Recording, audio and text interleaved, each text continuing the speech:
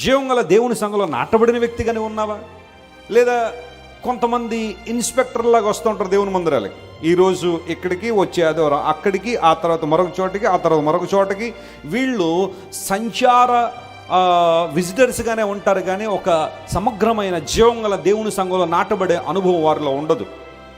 దేవుడు ఆశిస్తున్నాడు, నువ్వు వెళ్ళే సంఘం జీవం కలిగింది అయితే, దేవుని ఆత్మ ద్వారా కట్టబడింది అయితే, ప్రార్థన ద్వారా కట్టబడింది అయితే, అభిషక్తులైన దైవజనుల ద్వారా నువ్వు దేవుని వాక్యం ద్వారా పోషించబడుతున్నట్టే స్థిరంగా ఉండక్కడ దేవుని వాక్యాన్ని విను, ఆత్మలో బలపడు, స్థిరపడు, దేవుని చిత్తాన్ని నెరవేర్చు.